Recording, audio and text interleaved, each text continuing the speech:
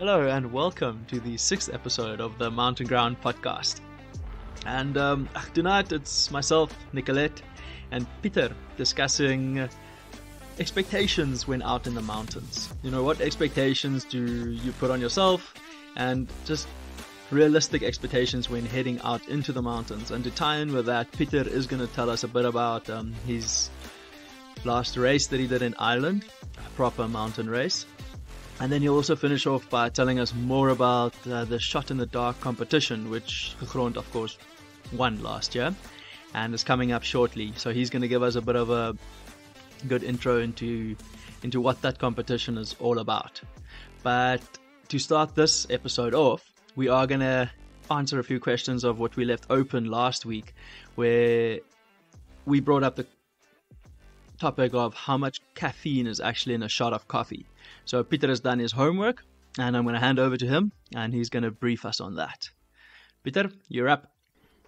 Yeah, thanks, Pierre. Nicolette, always like to have a chat with you guys. It's like as Pierre said last week, we chatted about caffeine, and one of the questions, Nicolette, that you had was in terms of how much caffeine is in a cup of coffee. And initially I thought I'd go back and try and determine what the caffeine content per gram of coffee is. But, you know, it's an interesting topic. I couldn't find one answer to this question. Basically, what it boils down to is, firstly, what varietal coffee it is that you're actually using, or species of coffee. So if it's Robusta or arabica.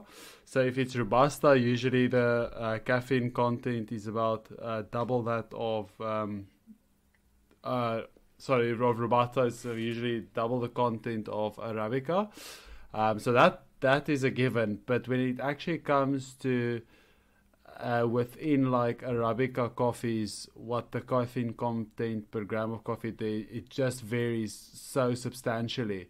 So there's not really a measurement where you can say 1 gram of coffee is equal to that amount of milligrams of caffeine. Generally, like it can range from say 30 milligrams of caffeine per cup of coffee to 300 milligrams of caffeine per cup of coffee. It depends all on the method of brewing that you're using. You know, if you do something like a cold brew coffee, it can be really high, or if it's just like a quick, there's so many variables. I know a lot of the reading that I did showed that generally a cup of coffee might have, like 95 to 100 milligrams of coffee, but caffeine in a cup of coffee. But like I said, it quite varies in terms of your preparation method. So yeah, I think that's basically what I came back with for this week. I'm not sure if I'm going to get a gold star on that one, but that's the literature out there. That's the literature out there. So I'm not going to argue with them. Yeah, that's really interesting. Actually, that I had no idea that a different blend of, or a different bean and different origin would have a different amount of caffeine. So that's quite interesting. And yeah, so yeah. Yeah, it's like, I mean, the origin might not have that. It's usually like you have Robusta and you have arabica coffee. So that's the two type of species of coffee, if you can call it that. Usually the Robusta is very bitter. It's usually a very full body type of coffee, and it has the characteristics of being a very bitter coffee. And usually, like in Italian blends, they would usually use a lot of Robusta type of coffee, which is where you get that high caffeine content. So yeah, that's it. And that's basically what I. And with regards to Gegrond's coffee, do you guys offer versions or blends of either the Robusta or the Arabica in your range of coffees?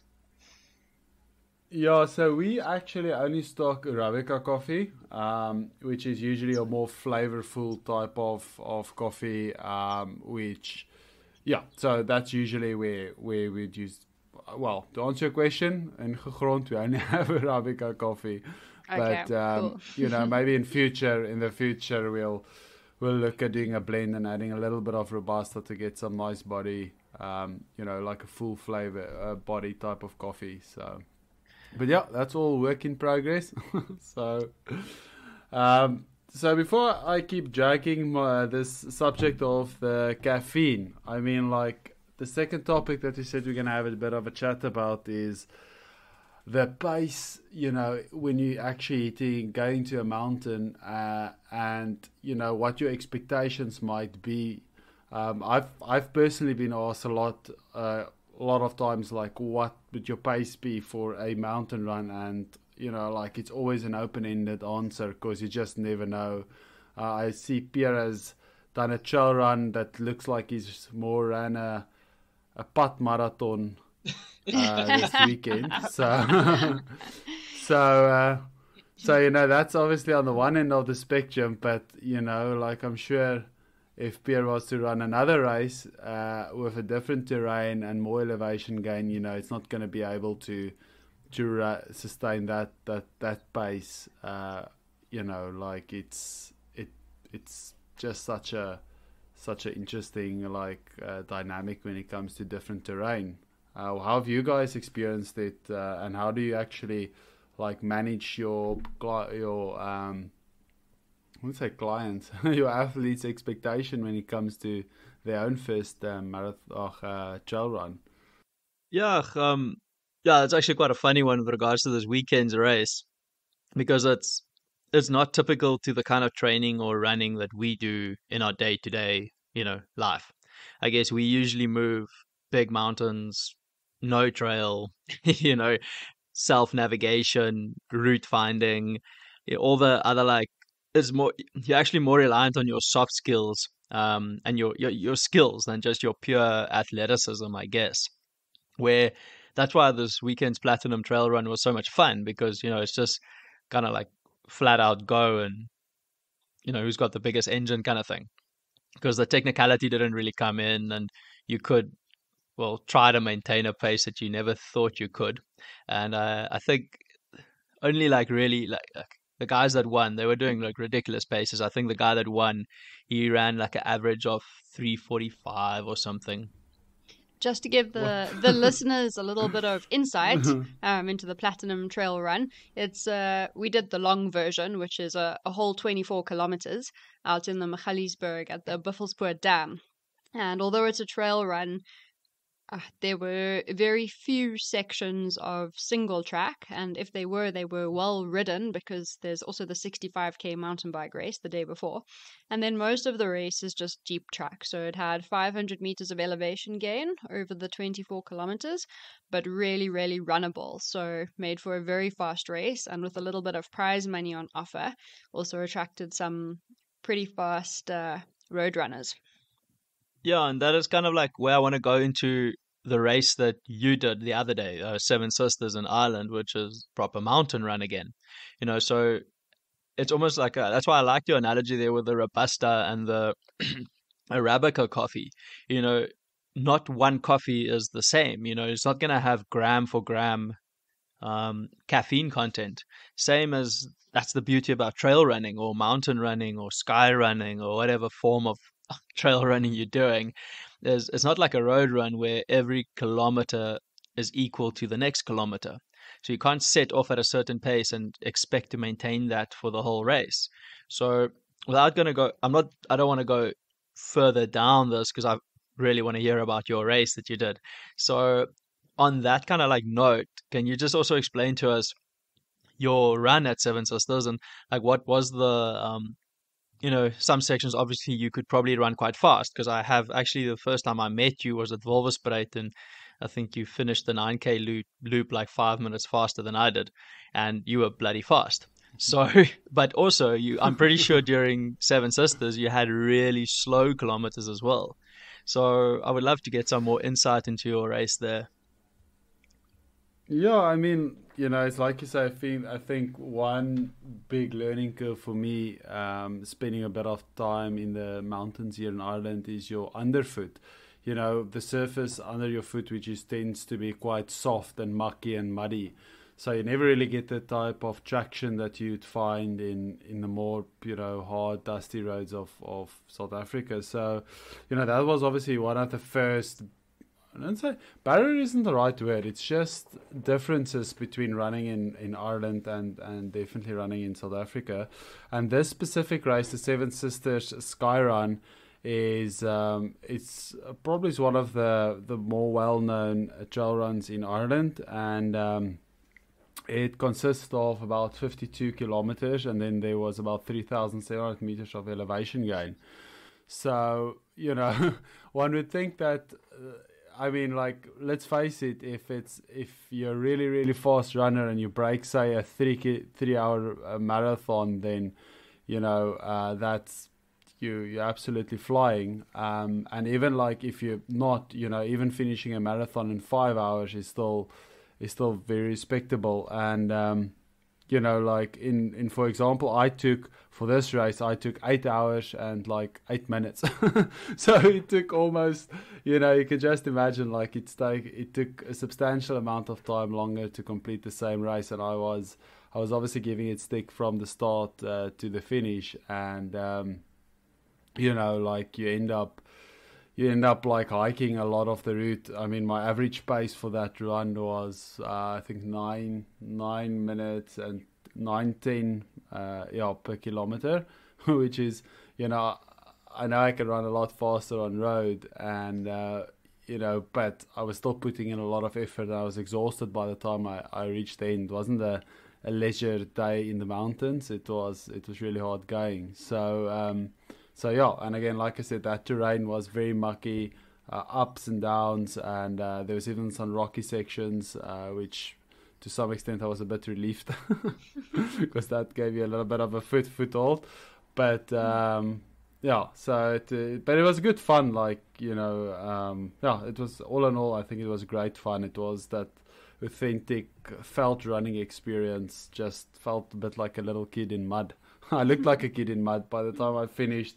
There's mud all over me, not only over my legs. I think I was one of the few competitors that actually had mud on my face as well. so yeah. Yeah, not so much felt running, but fell running. I guess that's what you have to learn over there. It's all about the bog and the moisture in the ground. But look, it sounds like a lot of fun, Pieter. And just for interest's sake, because I think you did quite well, what was your position overall? So for that race, I came 7th overall. I think there was, I can't remember if there was like 150 or 200 participants in the 55, and I think there was about 700 for the shorter distance and the longer distance events. So, I'm happy with the effort. Doing South Africa proud, eh? Top 10. Next year, top 5 or podium, eh? Yeah, well, the sad part is they didn't even put my South African flag next to my name. They put an Irish flag. So what's the... Did you lodge a complaint? Well, yeah, I wanted to finish. I wanted to actually go to the organizer and say, look, I really enjoy Ireland and I love the people, but my passport still says South Africa. No, but that's fantastic and well done. Yeah, good job with that one.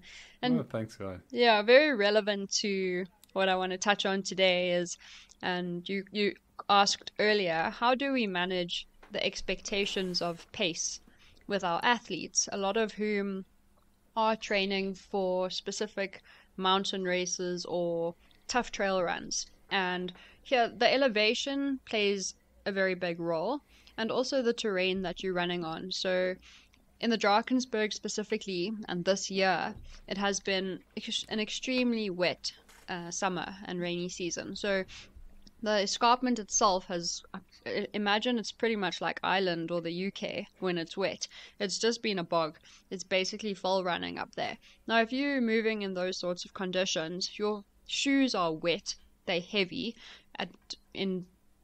At night time, your feet are cold, and these sorts of things really, really slow you down. So it's difficult to explain to athletes that come to us with the expectation of improving their mountain running pace that it's really tough to move quickly in the mountains, and this is something we saw, from the early years when we started to do berg missions. We would plan a 30-40 kilometer trip per day, for maybe 2 or 3 days in a row, and we'd kind of come down tail between our legs, having done 15 kilometers only, and like exhausted from it. And that's just because of the terrain. It's the elevation that you have to do per day, the lack of trail, the felt, the navigation. All these things really play a big role in how fast you can move. So in terms of athletes looking at doing mountain events, I think it's important to extrapolate upwards, if that makes sense. So imagine you're going into the mountains and you have a hiking background. And by the way, that's a very good place to come from if you're going to do some trail or mountain running, is to have a strong hiking background, and then say, okay, I'm going to move a little bit faster than what I would on an average hike. I'm not going to have such a heavy pack. It's more of a run. There's other people, it's a race, there's support, there's marshals, that sort of thing. And these factors will enable you to move quicker than you would on a hike.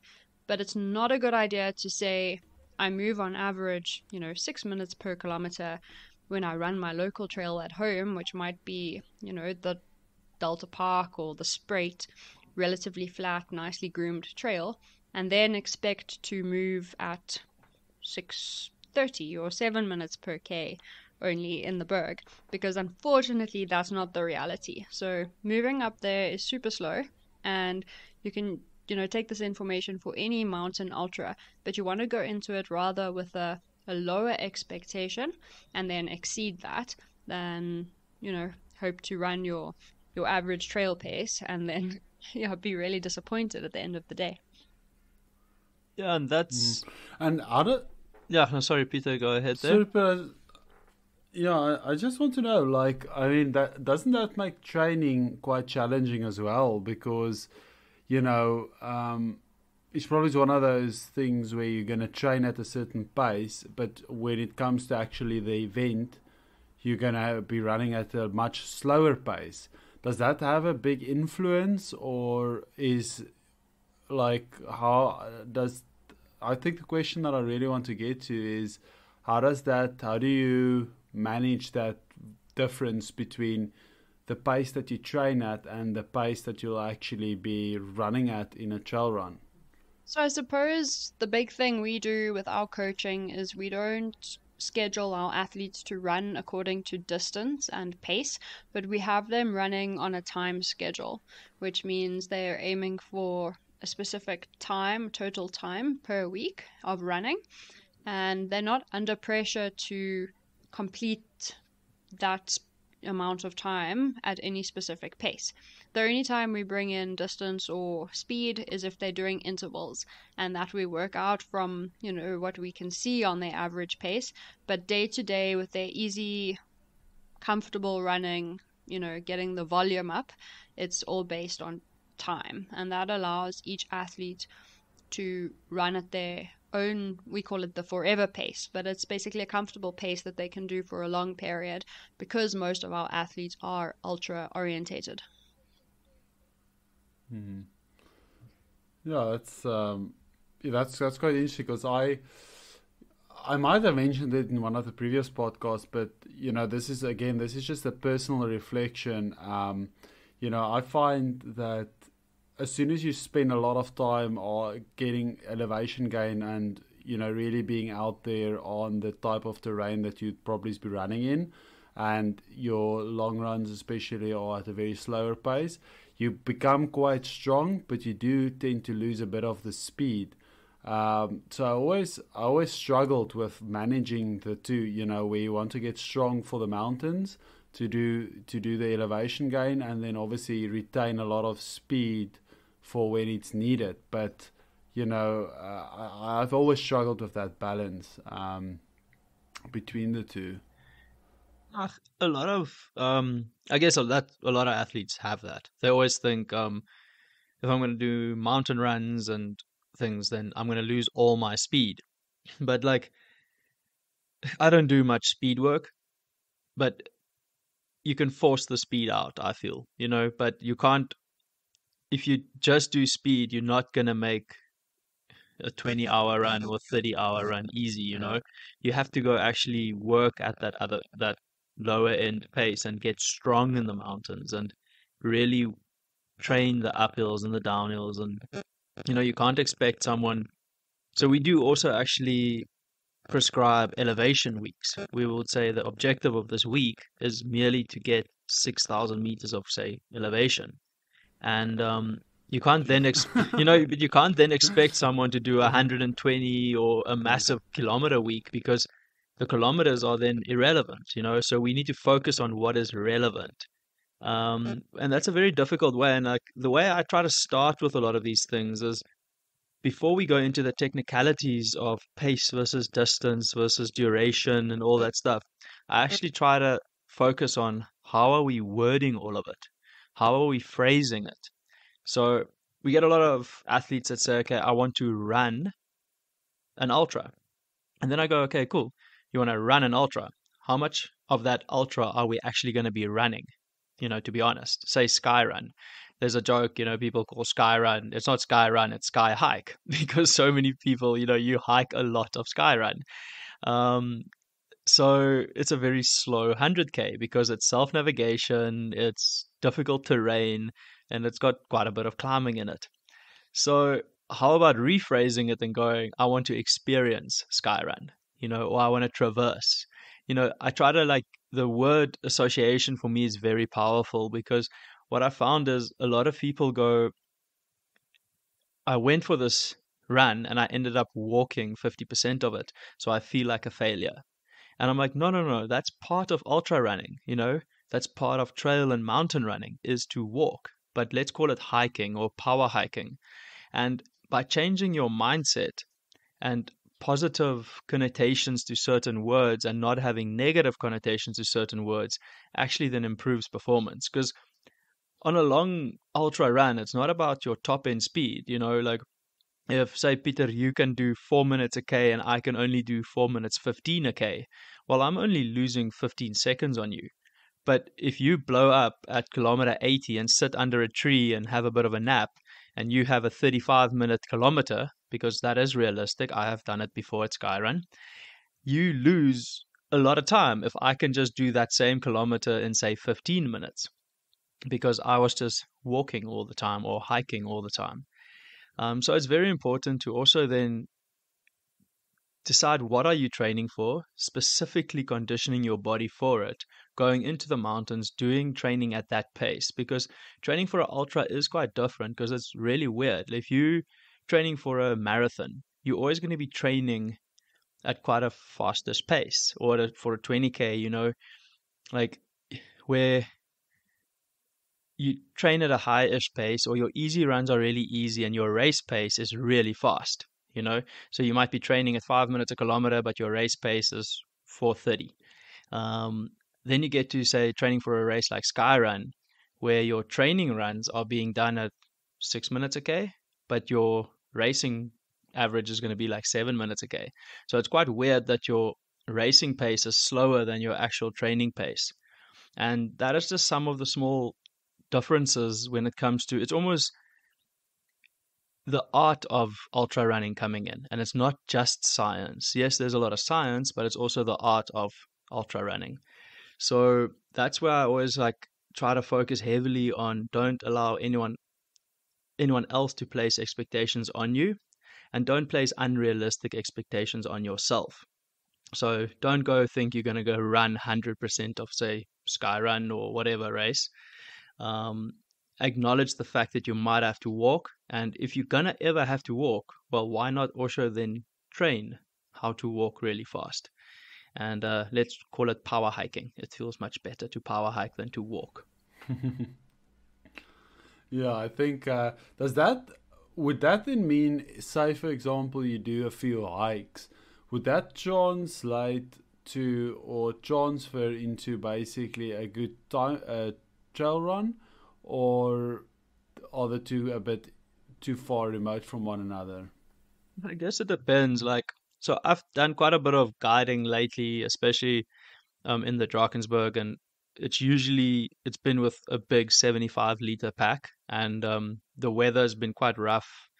Yeah, we've had 4 snowstorms already in the Berg, and it's only the 7th of June. So I've been packing a lot of extra gear and handing out gloves and handing out extra layers to some of the clients. And, you know, having that heavy pack on my back, I could really feel for the first time I'm quite strong on the ups. And I'm not as conditioned, say, from the running point of view, but on the climbs and the descents, I've become quite conditioned just because heavy pack, going up and down a lot, hiking at a decent pace. So there's probably validity in that, where hiking with a heavy pack, it's like weight training, I guess.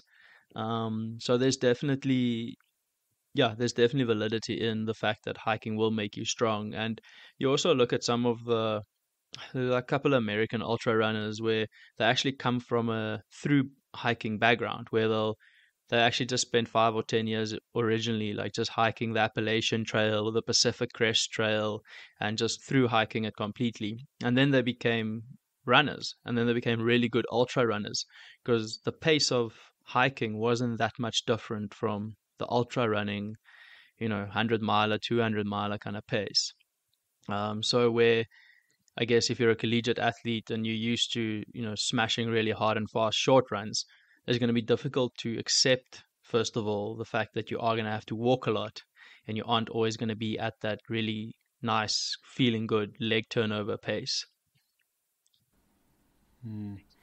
Yeah, that's very interesting because, yeah, I can, I guess, looking back, I can partly relate with it. And it does ask the question when it comes to training for ultra, getting that self-awareness where you have a good understanding of what your perceived effort is, because I guess what comes with the terrain is also a bit of a variance in terms of what you perceive as being a good or bad effort. And it's like you said at the beginning of this podcast or at the beginning of this discussion is, if you're going to target certain perimeters or splits or, pace, then I guess you're going to lose track of what your perceived effort is, which might be a lot more, although you're running slower, and, you might end up burning a lot of those candles quite early on in a race. And, you might get those nice pictures at the front for the first kilometer. Your TV time. Which is, I watched the guy the other day, and then it's like these breakaways where you get this guy, he's not gonna finish, but he has all this publicity for probably like 80% of the race because he's at the front, but he doesn't put it through to the end. So yeah, I guess it's always important to just keep a pulse on what your perceived effort is when it comes to these ultra running distances, and especially if the terrain is quite varying. Yeah, 100%, Pieter, and that's you're just leading us into like giving away all our coaching kind of specs, because we work on RPE, rate of perceived effort, as our primary gauge of how an athlete feels on their day-to-day run. So heart rate is also a nice parameter to use, but it can be affected by other things. For example, like caffeine or lack of sleep. That sort of thing can elevate your heart rate. So the most all-encompassing parameter you can use on a run to gauge how you feel is your RPE. It takes into account everything, literally. So, and that's because we train mostly trail runners, that's also why we use RPE. It gives us a really good gauge of how an athlete is feeling, taking into consideration, all accounts of their lifestyle and their week and their day. And if you're going to go into an ultra worried about or focusing on your pace or your heart rate or how much distance have you covered, then you really are setting yourself up for failure, unfortunately. But you need to go into it with an open mind, monitoring how am I feeling? Am I eating? Am I drinking? Am I moving? And if you can just focus on that and get from one aid station to the next or one checkpoint to the next one, then you set yourself up for success at the end of the day. No, that's really good advice. I think what is though very helpful of heart rate monitor is just to, when there is a bit more controllable variables, like say for example, you're running on road, to just feel what an easy, like when your heart rate is really low and in a zone which would be say an easy zone, then just at that point be conscious of how your body feels and how that actually feels. Because I think one thing, again, like I can only do a personal reflector. I'm not really I'm not the coach here, but that I found was you tend to always run a bit harder on an easy run if you don't have anything more objective measuring it, and I think that's really important to gauge what an easy effort feels like, and then confirm that with heart rate. And once you got those two right and you can translate or transfer that to trail running, I think you should do quite well in terms of managing that energy. Yeah, so that is actually the only time I ever actually used heart rate for training, because I also did go, obviously every runner delves down into that area, and but the first thing I then did was, I did, Nicolette actually did. She bought me a heart rate strap, because that's the thing. Like, I'm a firm believer of no data is better than bad data, because there's no point in looking at all your scores and all your numbers if the thing that's measuring everything that's it's based on is not accurate. So unfortunately, heart rate, heart rate reading monitors is just not that accurate. So get a proper chest strap, make sure it reads accurate, and then you go and train with it. And then, exactly to lead on to what you said there, Pieter, was like the runs I did with my heart rate strap was actually only my intensity session, so my intervals, and then my recovery runs, because I wanted to keep my recovery runs in a certain area. And I wanted to make sure that my recovery runs are really easy and I am actually recovering, because it's the old thing of we spend too much time in the middle and too little time easy and not enough time hard. So, if you want to run a hard session a week, do it proper hard, and then your recovery runs should be easy enough so that you are actually recovering. Because if we just spend time in the middle, we're not actually improving much, but we're also not actually recovering much. And that is sometimes where it can be very valuable to run with other people. And I don't want to make it sound like in a bad way, but like go run with someone that is slower than you. And you keep up a very conversational pace with them at all times, because then this is an easy run. It feels easy and I can talk freely. So that's the first way I kind of like try to teach someone to run at their perceived effort is what's your conversation like? If you had to talk to someone or talk to yourself, and I've talked to myself on plenty of runs, there's nothing to be ashamed of. So it's like if you can maintain like an easy conversation, then that is your easy run pace. But if you can only get phrases or words out, then you're going too hard. Even if that means you have to walk or just slow down significantly. But the conversational kind of test is a very accurate one, actually. It sounds very simplistic, but it's a good way to measure kind of like how hard is the effort you're actually, exerting. And then it comes the same with the mountains for me. It's like when I go out there, then I know, if there's a massive hill or climb or pass in the first section of the climb, the route, I ask myself, this hill that I see in front of me, if this was at the end of the race, will I be able to run it? And if the answer is like no, or I don't know, then well, I don't run it. I just hike it, and you just keep that mentality. And if you are at the end and you have extra energy left, well, then go smash it. You're probably going to overtake people then, but you just don't want to be forced to have to slow down significantly. You rather want to choose to slow down or speed up.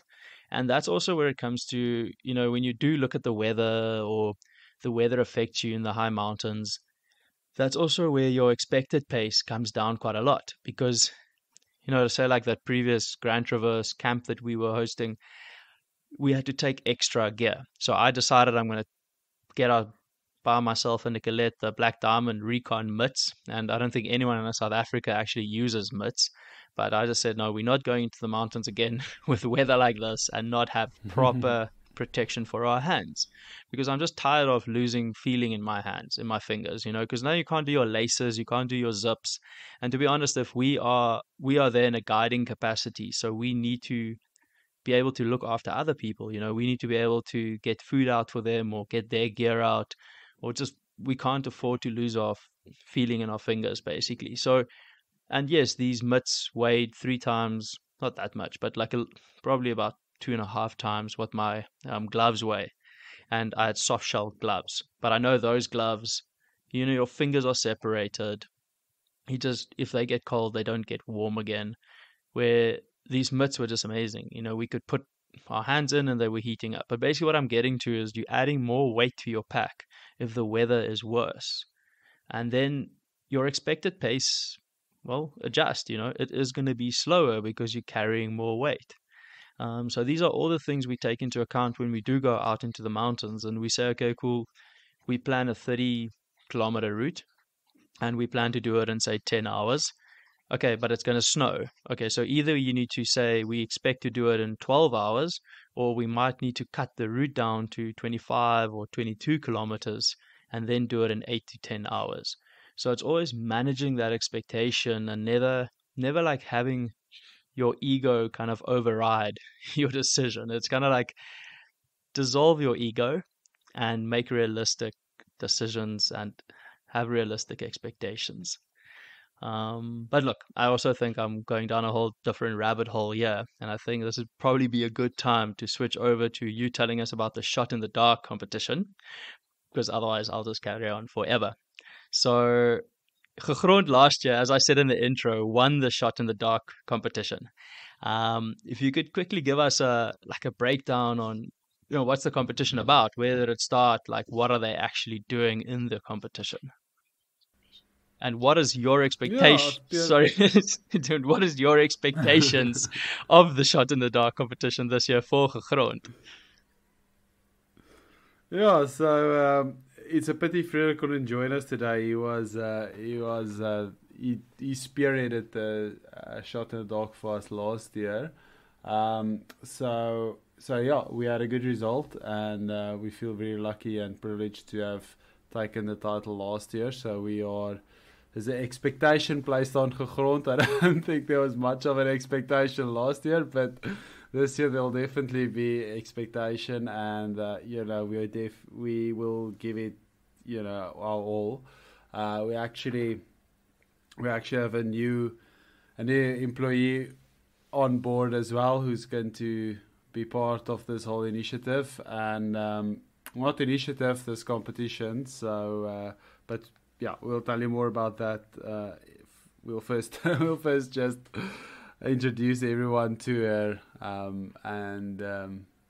then we'll take it from there. But in any case, so what the Shot in the Dark is all about, we had a chat about trail running and races, and I had a bit of a talk about the Seven Sisters race, and Pierre did the Platinum race last weekend.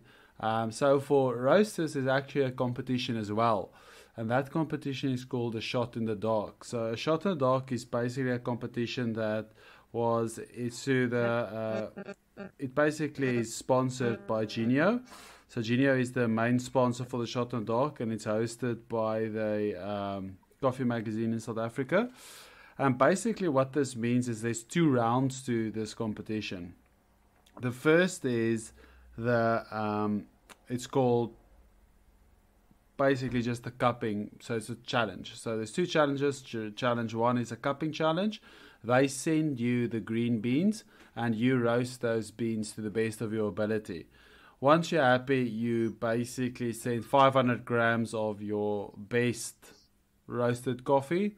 You send back to the judges. These judges will then independently cup them, and they are like yeah, so they'll independently captain, and then they'll come to a decision who makes it through to the top 10. So if you've done a good job and your coffee is well received by the judges, then you would go to the second challenge. So the second challenge is, again, they will provide you with some green beans, and you will roast those green beans to the best of your ability. But in addition to that, you'll also be asked to do a blend. So they will send you a further two coffees, and then the 2 coffees that they send you, you'll roast them, and then with the first coffee that you submitted, you will develop a blend using the 3 coffees then. And and then that will be used in an espresso, and basically that will be the determining factor if you win the shot in the dark or you don't. So that's in July they will announce the top 10, and then after that they'll we'll see when they announce the dates for the final presenting the final, I don't know, who's won the shot in the dark competition. So that's in a nutshell what it's all about. And for this year, Leonard, who is our head roaster, he's been tasked to drive this initiative, and we'll all be supporting him. And we look forward to see what the results are, and we look forward to meeting everyone again and to cup some great coffees and just to enjoy and learn more about coffee, because ultimately, that is a great learning experience for us, and I'm sure for all the roasters who participate in this competition. So that's wow, that's quite something for Gegrond that you guys managed to win that. I mean, as a relatively new and small coffee roasting company. So wow, that super well done. I have a quick question with regards to how you said they give you a green bean. Do you have any information on that bean that they provide you? Because you were talking about the species earlier. So do you know what the bean is, or the origin, or do you get any additional information, or do you have to figure it out as you go? No, so they will provide we know it's a Tanzania Congoni bean, so it's in that area, and then they will provide what the processing method was, and also the varietal of the coffee. But other than that, it's up to you to determine. You need to roast it, and then you need to describe the flavors and all the rest of it. So okay, so cool. So it's like you get a few clues, and then you must kind of go ahead with what you know and your personal experience. Exactly. So it is quite interesting. Sorry, yes, Pieter, go. do they give you a limited amount of beans? Because obviously, do they give you a kilogram or 2 kgs or an unlimited amount? Because the more you roast, obviously, the more you can perfect your roast that you give them back. Because I know you said that you send them 500 grams back.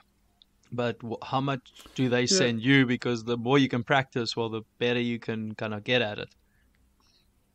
Yeah, so there's different tiers that you can enter. So the first tier is basically you have 10 kilograms. The second tier is 20 kilograms, and the third tier is 40 kilograms of coffee.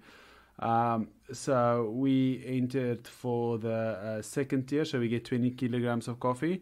But on top of that, we've bought an additional 2 bags. The reason why we've done that is we would like to give our customers a taste of the coffee as well. We expect it's going to be a really good coffee. So we just took a shot in the dark and ordered a few extra bags so that we would be able to put that on our website, and that, once we get our coffee across, we can actually upload that to our website, and then our customers can have a taste as well. So, lessons learned from last year. So you can look out for that one. Yeah, that's really great. So I should probably not ask more questions now, because we should probably round this up. But do they handicap you on, so the people that enter the 10 kg, because in theory you have less attempts at creating your perfect roast versus someone that buys 40 kgs? Do they handicap you appropriately? Look, I'll be honest. If you need, if you're gonna take 40 kgs, like there's not enough time for you to, you can probably roast 40 kgs, but but you'll have a range. Like you should be have a fairly range with, say, 5 or 10 k's in, and then it's only finessing that. So if you're gonna order 40 kgs. Yeah, I wouldn't say. Well, to answer your question, they don't handicap you. We'll keep it simple. No, they don't handicap you. Okay, great. Then this does tie me into now we need the mountain ground blend to come through. But we'll touch on that on another episode, eh? So Mountain Abandoned can also have a coffee blend because coffee is deep in our blood. Anyway. I do think we have run out of time. We'll put Mountain Abandoned to the test. We'll get you to help us with the blend for Shot in the Dark, and then we'll let the independent judge give us some feedback. Okay, can we get 100 kilograms, please? Anyway, Pieter, as always, it's just been a pleasure catching up with you, and I've been wanting to get more insight into your Seven Sisters race. So, thanks for your time, and to everyone that's listening, thanks for your time. And do subscribe to the podcast to just catch all the rest of the episodes that's coming. And also, please give us feedback on how we can improve the podcast. We do receive nice WhatsApps from people saying, we like this, we didn't like that much, and all that kind of stuff. So, please give feedback. And, Pieter, thanks for chatting to us tonight again. No, thank you guys as well, and have a great week.